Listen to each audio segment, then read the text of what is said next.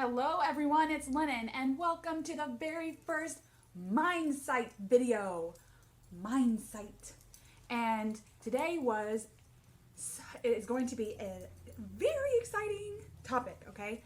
Like I said in my Mindsight intro, this is my word of the year. I'm integrating this, I'm researching various topics, 12 topics, okay? And I'm plugging in a whole bunch of things because I want to expand my consciousness, okay? And connect with people and just really go this way. And then by going this way, will I do that, okay? And I've, like I said, picked out 12 topics. And January is about justice. Justice, justice, justice. What is justice, okay? We are not talking about criminal justice, okay? It has nothing to do with the judicial system whatsoever. This is justice for self. What does that mean? To me, it means taking responsibility, okay, of your actions, of your words, of your thoughts, okay, your emotions. It's taking responsibility. And that's holding space for yourself. Now, there's bound to be some shadow there. There will be, okay? Because when you have, especially if things are happening to you or to, there's an action there, there's an emotional distress there, whatever. These are what? These are things that are attacking yourself, okay? Either you or someone else has inflicted this.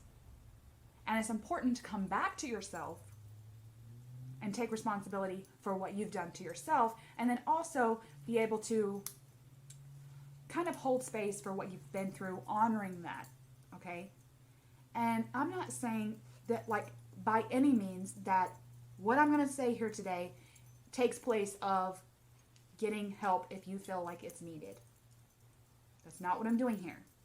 This is for me to expand, and I'm just rambling here about what I've come up with for this topic. Like I said, when certain things happen, okay, and we'll use the term trauma, emotional trauma, okay, actions that are trauma, that we've either, like I said, someone has inflicted on us or we've inflicted to ourselves. It's important to come back to self. We're honoring that. But then what happens in the brain with that? We're going to want to suppress. Okay, and a suppression is a hiding of your memories. And that's kind of like your brain's fighting stance, so to speak, right? And it's perfectly, I believe that that's natural, right? And that's the purpose of, like, the spiritualists that we are, that's the purpose kind of like of us going into the shadow, because shit's always going to be in the shadow, waiting down there in the abyss. But I believe if you are able to sit with the silence that is you, sit with the you that has seen and done some shit, and that shit's been done to you, right? It's about holding space for you as an individual, okay? That way, we can hold space for others. Because spiritually speaking, that's what we want to do. We're wanting to heal. We're wanting to be empathetic, right? But it starts here. Because if we lose out on our energy, okay, if we keep giving it away, so to speak, then we won't have any left. And that's a profound thought, okay? We don't want that to happen, folks. What is holding space? I've heard this. I've heard so many analogies of this, okay? I believe it's about being present, all right? And I'm even going to go one step further with that in just a second. But I believe it's about being there, right? It's being there. And this is because we tend to really like to hold space for others, okay?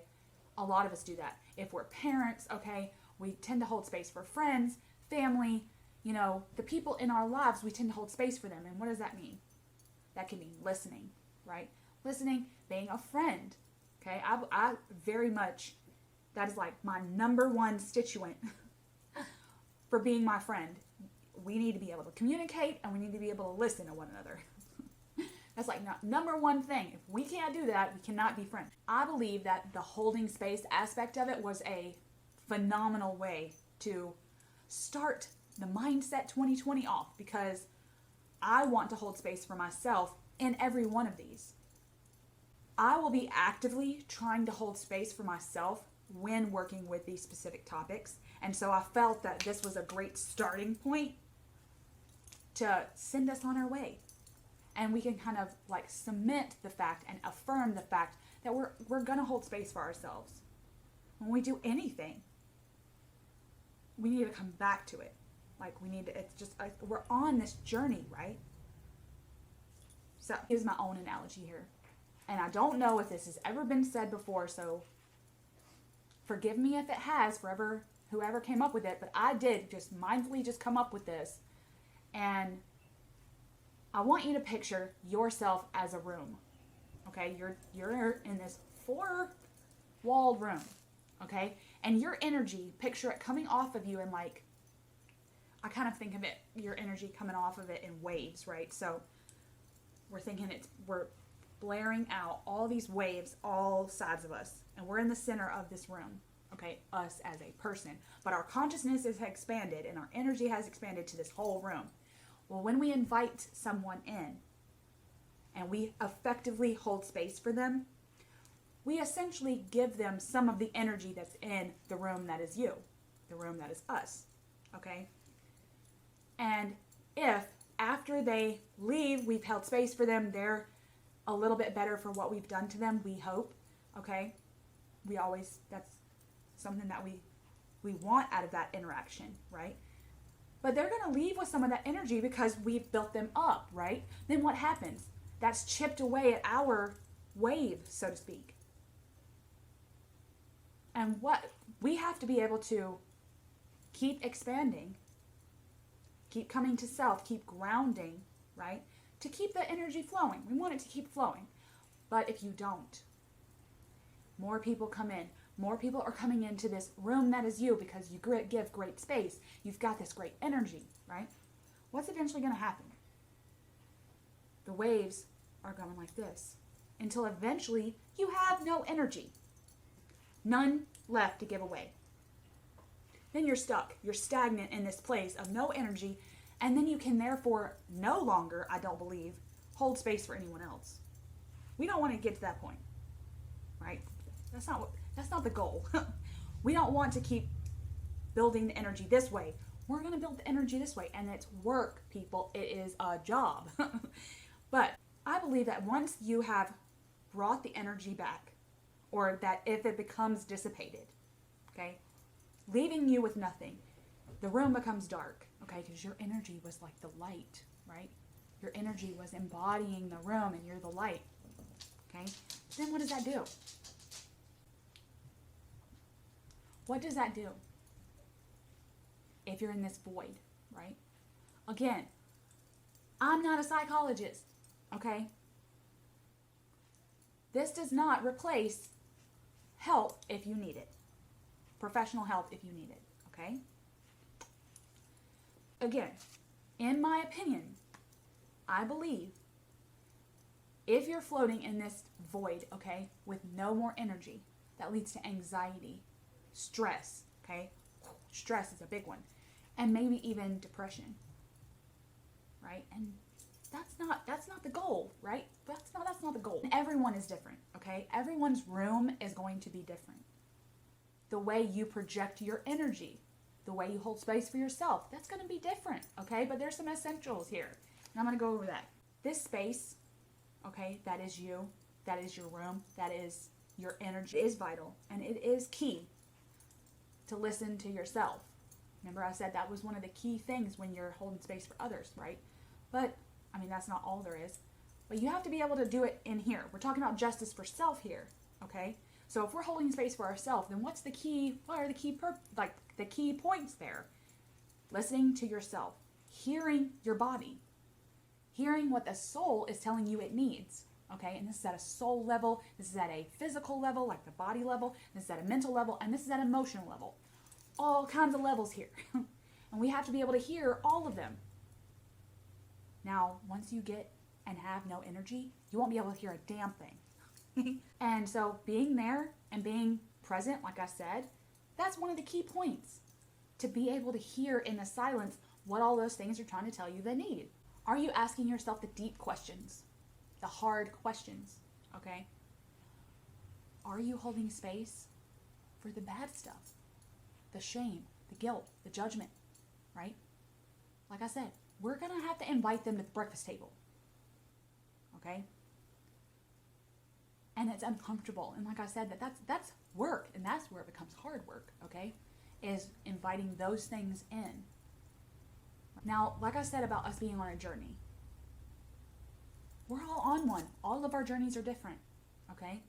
My shame, my guilt, my judgment is going to be different than how you perceive those things, right? If we're all on a journey, then the purpose of that journey, okay, in terms of justice for self, would probably be turning that stuff around to a place of peace and balance, okay?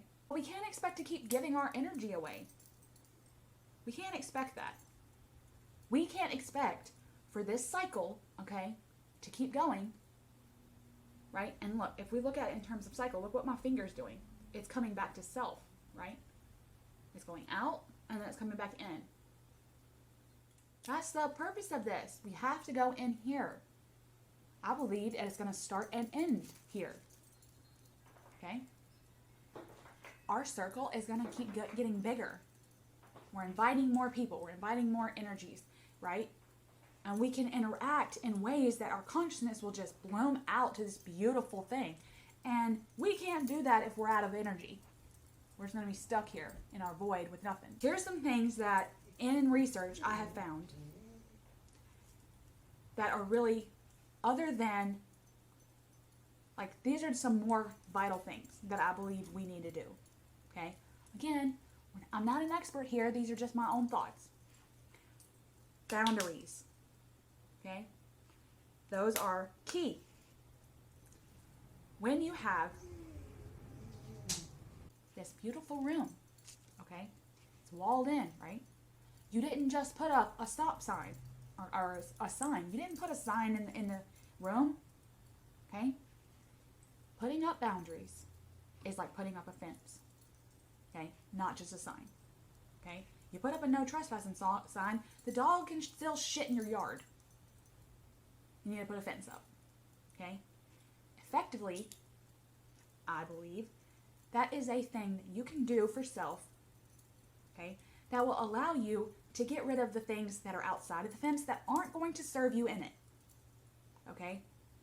Or to effectively make time for those things when it's necessary. And when that will become necessary. Not before, and not before you're ready, okay? That's important in here. Again, I said this before. Listening. Communicating. If you can't listen to it, then you're automatically not going to be able to communicate with it. You have to listen for it in the silence. It's going to tell you, right? It's going to tell you what is happening with your body, okay?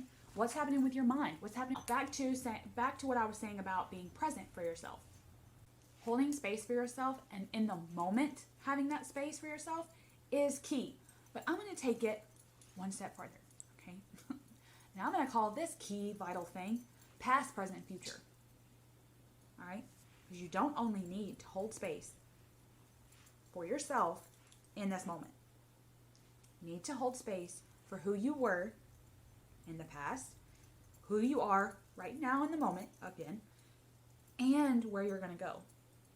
You have to honor and hold space for all of those things, okay? Because I believe that that's the basis of hindsight.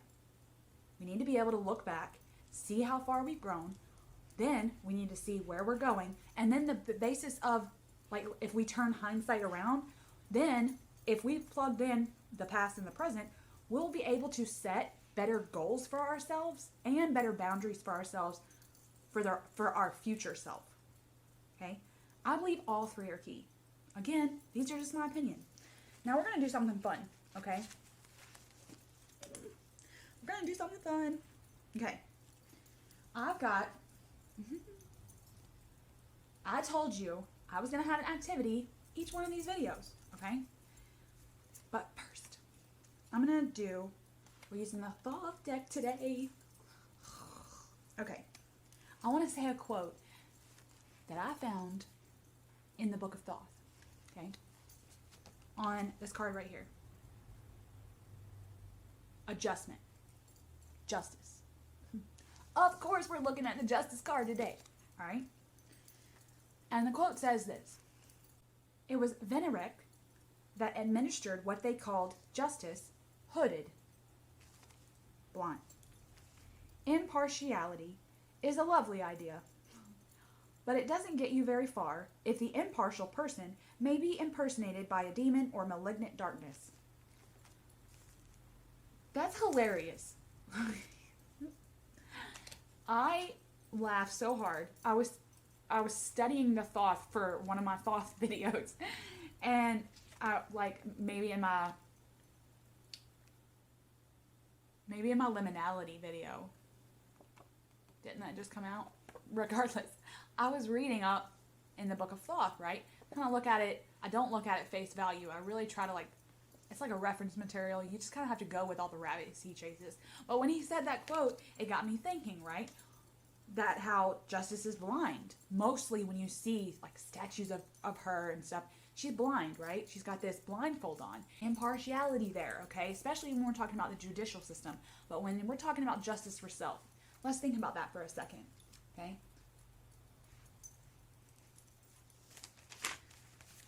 What that means to me, okay? And I'm going to kind of demonstrate this for a second. You have justice for yourself. But if you're impartial, okay, to me, that means we're going to picture the scales, okay? Like the scales, right? This balancing act, okay? But I think that in that quote, he says that if you're impartial, you're like this. But it's not just a straight line that you're trying to keep. You are physically doing this. You're just forcing yourself to just be stoic with yourself. And instead of being like this, okay, you're being constipated. And I thought that was so hilarious because when you think about impartiality and how it is vital to, like I said, it's vital to the judicial system. We're not even going to go into that. But in terms of self, what does being resolute and being constipated with yourself gonna do? What's that gonna do to yourself? Okay? That's effectively doing this. You're putting a shield up, okay? Then what happens when you've got the shield up, right? You did the shield, you've become impartial, you're like, you know what? I'm stoic with this. I've been cut too many times, okay, by the justice system that is in myself, that I'm just going to be blah with it, right? And I'm just going to stay like this. But what you're doing, because you've done that to yourself to, you think, effectively keep the darkness away, the shame, the guilt, the judgment. You've done that to yourself as a protective thing, right? No light's coming in either. You've put up the shield. Light's bouncing all over that thing. It's not coming in, okay? So I think Crowley was trying to say that instead of holding the top of the scales, if we think about us holding that, so to speak, okay? And what's that doing to the buckets? It's keeping them still, right? By being impartial with yourself, by telling yourself and putting up the shields, like, oh, I can't think about that. That makes me feel something, okay? Stuff like that. Or, passing judgment on yourself. Those are shields you're putting up, right? Or projections, I think. And what that ultimately does is you're not allowing the scales to flow, okay? Because it's on this beam, right? But it depends on what's heaviest at the moment, okay? And they're just going to keep doing this, right? Throughout your entire life. And if we become impartial and we keep the impartiality like this, then I believe that he was kind of saying that we're forcing the buckets to just stay in the same spot. Well, we'll keep the same amount of darkness we have and the same amount of light. We can't grow that way, okay? Because then we are not effectively on the journey of getting rid of the darkness we have. We won't ever, okay? We all have it. I'm just saying. We're on the journey to become better people, but we can't be on the journey if we're just going to lock our buckets down. Okay? These two things that we're trying to balance. And we're not effectively holding space for the dark or the light. Okay? And I kind of believe that that's what's in the two buckets. Okay? And I mean dark and light in terms of, like I said, those wound words. I'll discuss that in another video. Those bad, you don't want to think about words, okay? Like shame. But then you won't let any of the light words in either, like love, right? Like friendship. You won't let those in either. And you won't be making any more connections. You won't be expanding, people. So, y'all know me. I love a good old activity. And because I used the Justice card from the Thoth deck, I decided to do a tarot spread with this one. And I've written the questions down. And I've got this in a file for you to download, print out, and do with it what you will. Okay? This is a 2-card spread. We're not always going to do tarot, people. Okay? This is Mindsight. Whatever's coming in my mind. I'm going to utilize my third eye, utilize my intuition with this. Okay? And what I'm going to do is I very much like to give out visual lessons. So I'm going to pull 2 cards for my questions and kind of go over intuitively. Basically, I'm going to give a reading for myself. We'll see where it goes, okay? Let's see where it goes.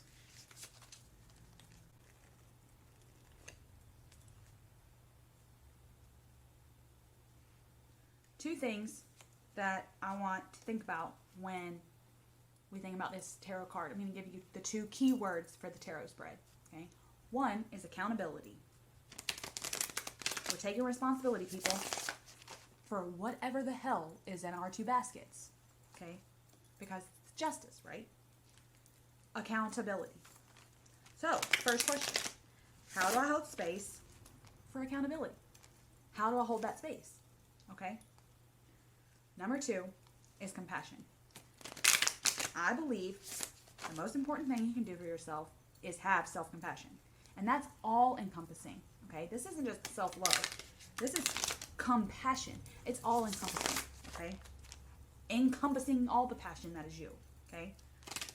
And that could be passion that's driving a whole bunch of stuff, okay? This could be rage. This could be revenge, right? Whatever. Passion in it all, okay? How can I manifest compassion? My compassion. My self-compassion even. Okay? I'm just going to use the question, how can I manifest compassion? Okay? So I'm manifesting compassion. I'm holding space for accountability. How can I do that? Okay? I've just affirmed that into the deck. Let's see where it goes. Okay. Feel drawn now. Okay? I'm being and holding space for accountability. Ooh. Okay. How do I manifest self-compassion? Okay. Let's set this aside. And I've put them down here, and I will go over them in a minute. Look at what happened here. Okay? I love the thought. Okay. I don't really know where to position this in terms of this camera, but we're going to go with it. Look at this. This 9 of Wands. Look at this beautiful thing. But I want you to look at something. Look at this. There's balance right there. The moon and the sun. Okay? There's these 8 wands in the back, and they're just so stable. Because remember, we're talking about numerology, the 8s being 4 and 4. So that's just so much stability, right? That can also mean getting in a rut. Right? And the 8s was like that swiftness of opportunity, right? You just need to take the opportunity. Within the 9s is that one step further that's really going to cement the drive. Okay? You're going to put it into action, so to speak. And the way you do that is by balancing and having what? His key word for this is strength. Okay? How can I hold space for accountability? by taking opportunities, by setting the boundaries and setting the balance between the sun and the moon, okay? So if you think of that in terms of night and day, right? Again, we're talking about the darkness and light here, okay? We can look at it a whole bunch of ways. I'm looking at it as this was a perfect card to come up, okay? Because I'm wanting to hold space.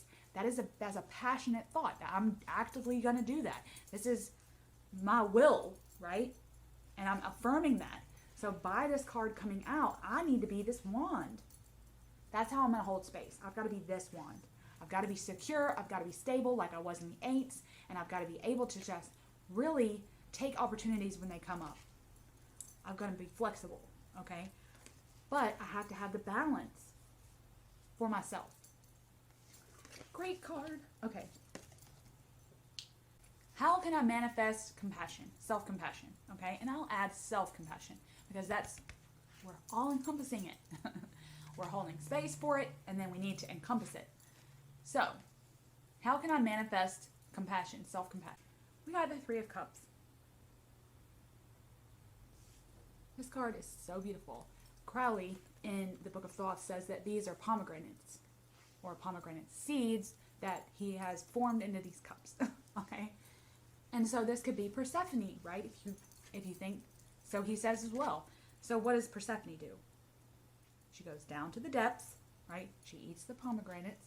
But that's effectively enabling Hades to hold her there, right? So to speak. 6 months out of the year, or whatever. And I think that if we think of it in terms of, now he calls this card abundance, right? Because the cups are just really, the lotus flowers are just pouring. And there is very much an abundance here. But I'm going to read in the Book of Thoth, okay? Because I like to do that for y'all. This says, the lesson seems to be that the good things of life, although enjoyed, should sometimes be distrusted. Again, with the balance, okay? There's some abundance there's an abundance of my self-compassion already. I have an abundance of that. But I still need to do the work. It's for myself. And not distrust my own self-compassion, but then I think in turn, don't turn it around on myself. Okay? Don't turn the self-compassion into something it's not. We're constantly holding space for the self-compassion and the accountability, right? We're holding space for accountability with this by keeping the balance, okay? Being this wand, being stable behind, okay? Having the shield behind me, okay? Not in front of me. Being open, okay? Like this. Being opened to the sun and the moon, okay? And then I'm letting the self-compassion flow with that. But then I need to remember to kind of keep the shield on my back. Still need to utilize the shield sometimes. And so that's what it is. Don't just pour yourself with self-compassion and then that's it. Because that's not where the work doesn't stop there. You're not just open all the time, right? Because then you do become susceptible to various things. And so you do still need to have the balance within self-compassion as well. That was a great reading. Right? Okay, like I said, I left the file, this tarot spread for you, down below. And I hope everyone enjoys the new moon. Hope y'all are doing stuff. Hope y'all are doing new projects, stuff like that. And I will see you in February. I'm going to tell you the date right now. February the 23rd, and it's on a Sunday. I'm going to come up here. That's the new moon day for February. A few days after my birthday. So that should be fun. Join me on February 23rd for another Mindsight video, and I'll have lots of videos in between now and then, but come and join me again. And if you participate in the tarot spread, tag me, or comment, right, on your thoughts, right? How are you keeping justice for yourself? How are you holding space for yourself? I want to know, okay? We're all expanding, people, okay? So have a good day.